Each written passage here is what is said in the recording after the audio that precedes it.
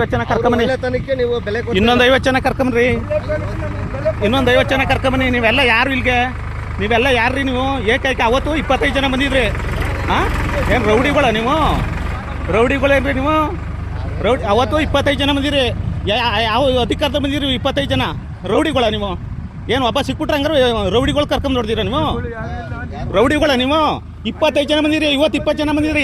ಯಾತಕ್ಕೆ ಬಂದಿದ್ದೀರಿ ನೀವು? ಹಾಂ, ಯಾತಕ್ಕೆ ಬಂದಿದ್ದೀರಿ ನೀವು?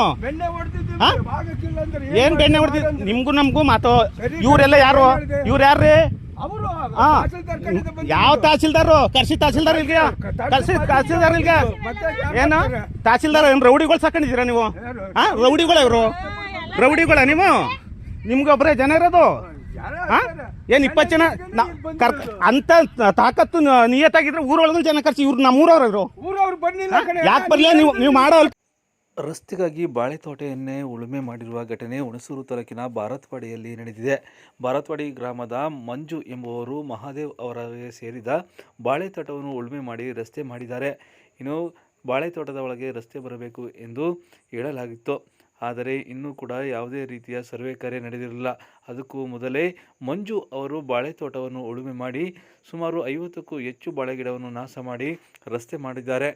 ಇನ್ನು ಇದರ ಬಗ್ಗೆ ಸೂಕ್ತ ಕ್ರಮ ಕೈಗೊಳ್ಳಬೇಕು ಎಂದು ಮಹಾದೇವ್ ಅವರು ಮನವಿ ಮಾಡಿದ್ದಾರೆ. ಜನಗಳಿಗೆ ರಸ್ತೆ ಮಾಡಿಕೊಡಲು ತಹಸೀಲ್ದಾರ್ ಅವರಿಗೆ ಸುಮಾರು 1 ವರ್ಷದ ಹಿಂದೆಯೇ ಅರ್ಜಿಗಳನ್ನು ನೀಡಿದರೂ ಕೂಡ ಯಾವುದೇ ರೀತಿಯ ಕ್ರಮ ಕೈಗೊಂಡಿಲ್ಲ. ತಾಲೂಕು ಆಡಳಿತ ರೈತರಿಗೆ ಸರಿಯಾಗಿ ಸ್ಪಂದಿಸುತ್ತಿಲ್ಲ ಎಂದು ಬಾರತ್ವಾಡಿ ಹಾಗೂ ಜಿ ಪರಮೇಶ್ವರ್ ಅವರ ಅಭಿಮಾನಿ ಬಳಗದ ಹುಣಸೂರು ತಾಲೂಕು ಘಟಕದ ಉಪಾಧ್ಯಕ್ಷ ರವಿ ಅವರು ತಾಲೂಕು ಕಚೇರಿಯ ಅಧಿಕಾರಿಗಳ ವಿರುದ್ಧ ಆರೋಪ ಮಾಡಿದ್ದಾರೆ. ನಮ್ಮ ಹೆಸರು ರವಿ ಅಂದ್ಬಿಟ್ಟು ನಾವು ತಾಲೂಕು ಅಖಿಲ ಕರ್ನಾಟಕ ಡಾಕ್ಟರ್ ಜಿ ಪರಮೇಶ್ವರ ಸಂಘದಲ್ಲಿ ಉಪಾಧ್ಯಕ್ಷರಾಗಿ ನಾವು ಕೆಲಸ ಮಾಡ್ತಾಯಿದ್ದೀವಿ. ಈ ತಾಲೂಕು ಮಟ್ಟದಲ್ಲಿ ಹೋದಾಗ ಹಲವಾರು ಗ್ರಾಮಗಳಿಗೆ ಹೋಗಿ ನಾವು ಕೆಲವು ಸಮಸ್ಯೆಗಳನ್ನ ಬಗೆಹರಿಸೋ ಪ್ರಯತ್ನ ಮಾಡ್ತೀವಿ. ನಮ್ಮೂರಲ್ಲೇ ಜ್ವಾಲಾಂತ ಸಮಸ್ಯೆಗಳು ಇದ್ರೂ ನಮ್ಮ ಕೈಲಿ ಬಗೆಹರಿಸ್ಕೊಳ್ಳೋಕೆ ಆಯ್ತಾಯಿಲ್ಲ. ನಾವು ಉದಾಹರಣೆಗೆ ಹೇಳ್ಬೇಕಂದ್ರೆ ತಹಸೀಲ್ದಾರ್ ಕಚೇರಿ, ನಮ್ಮ ತಾಲೂಕು ಕಚೇರಿಗೆ 1 ವರ್ಷ ಆಗಿದೆ. ನಾನು ಅರ್ಜಿ ಕೊಟ್ಟು ಇಡೀ ಗ್ರಾಮದ ಸಭೆಯನ್ನು ಹಾಕಿ ಒಂದಷ್ಟು ಜನ ಹೋಗಿ ನಾವು ಅರ್ಜಿ ಕೊಟ್ಟು 1 ವರ್ಷ ಆಗಿದೆ. ನಾವು ಡೇಟ್ ಹಾಕಿ ಅವರು ಬಂದು ನಿಮ್ಮೂರಿಗೆ ನಾವು ಬಗೆಹರಿಸ್ತೀವಿ ಸಮಸ್ಯೆಗಳು ಅಂತ ಹೇಳಿ ಆ ಸಮಸ್ಯೆಗಳನ್ನ ಬಗೆಹರಿಸ್ತೀವಿ ಅಂತ ಅಂದವರು ಇವತ್ತು ಗಂಟನೂ ಯಾವುದೇ ಒಂದು ತಾಲೂಕು ಅಧಿಕಾರಿಗಳ ವರ್ಗ ಆಗ್ಬೋದು ಅಥವಾ ಆಡಳಿತ ವರ್ಗಗಳಾಗಿರ್ಬೋದು ಯಾವುದೇ ಒಂದು ಕ್ರಮ ಕೈಗೊಳ್ತಾನೆ. ನಮಗೆ ರಸ್ತೆಗಳು, ಜಮೀನುಗಳಿಗೆ ಮುಖ್ಯವಾಗಿ ಈಗ ಮಳೆ ಮುಂಗಾರು ಪ್ರಾರಂಭ ಆಗೋದ್ರಿಂದ ರಸ್ತೆಗಳಿಗೆ ಮುಂಗಾರು ಮಳೆ ಪ್ರಾರಂಭ ಆದರೆ ರಸ್ತೆಗಳು ವಿಚಾರವಾಗಿ ಹಲವಾರು ಗಲಾಟೆಗಳು, ಗಲಭೆಗಳು, ಜಗಳಗಳಾಗಿ ಹಳ್ಳಿಗಳಲ್ಲಿ ಹಲವಾರು ಸಮಸ್ಯೆಗಳು ಉದ್ಭವವಂಥ ಸಂಭವಗಳು ಕಾಣ್ತಾ ಇದೆ.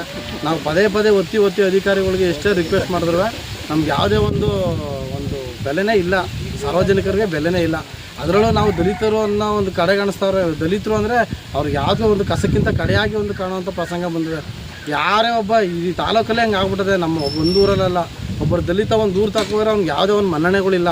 ಇಡೀ ತಾಲೂಕಲ್ಲಿ ಆ ಥರ ಒಂದು ಸಮಸ್ಯೆಗಳು ನಮ್ಮ ಹುಣಸೂರು ತಾಲೂಕಲ್ಲಿ ನಮ್ಮ ಆಡಳಿತ ವರ್ಗದವರು ಈ ಥರ ಏನೋ ಒಂದು ಕಡೆಗಣಿಸೋ ಒಂದು ಎಲ್ಲ ಪ್ರತಿಯೊಂದು ಗ್ರಾಮದಲ್ಲಿ ದಲಿತ ಕೇರಿಗಳಿರ್ಬೋದು, ದಲಿತರ ದುಗ್ಮಾನಗಳಿರ್ಬೋದು, ಎಲ್ಲರನ್ನೂ ಕಡೆಗಣಿಸೋ ಒಂದು ನಿಟ್ಟಿನಲ್ಲಿ ನಮ್ಮ ತಾಲೂಕು ಆಡಳಿತ ನಡ್ಕೋತಾ ಇದೆ.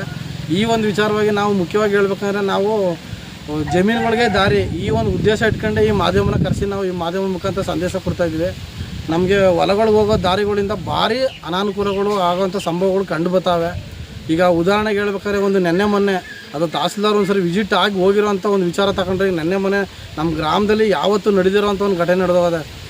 ಮುಂದಕ್ಕೆ ಹೋಗೋಕ್ಕೆ ದಾರಿ ಇಲ್ದಿರೋ ಕಾರಣ ಅವರು ಅಷ್ಟು ರೋಸ್ ಹತ್ತಿ ಟ್ಯಾಕ್ಟ್ರೇ ಉತ್ಬಿಟ್ಟಾರೆ ಬೇರೆ ಹೊಲಕ್ಕೆ ಹೋಗಿ. ಆ ಘಟನೆಗೆ ಮೂಲ ಕಾರಣವೇ ಒಂದು ತಾಲೂಕು ಆಡಳಿತ ಕಾರಣ. ಯಾರೋ ಹೊಲ್ದೋನಲ್ಲ, ಇನ್ನೊಬ್ಬರಲ್ಲ. ಅಧಿಕಾರಿಗಳು ಸ್ಪಂದಿಸಿದ್ರೆ ಇದು ಯಾವುದೂ ತೊಂದರೆಗಳು ಆಗ್ತಿದ್ದಿಲ್ಲ. ಈಗ ಅದು ಪ್ರಕರಣ ದಾಖಲಾಗಿದೆ. ಅದರಿಂದ ಸುಮ್ಮನೆ ಅನಾವಶ್ಯಕವಾಗಿ ಬೇರೆಯವರು ಪ್ರಾಬ್ಲಮ್ಗಳನ್ನ ಅನುಭವಿಸ್ಬೇಕಾಗ್ತದೆ.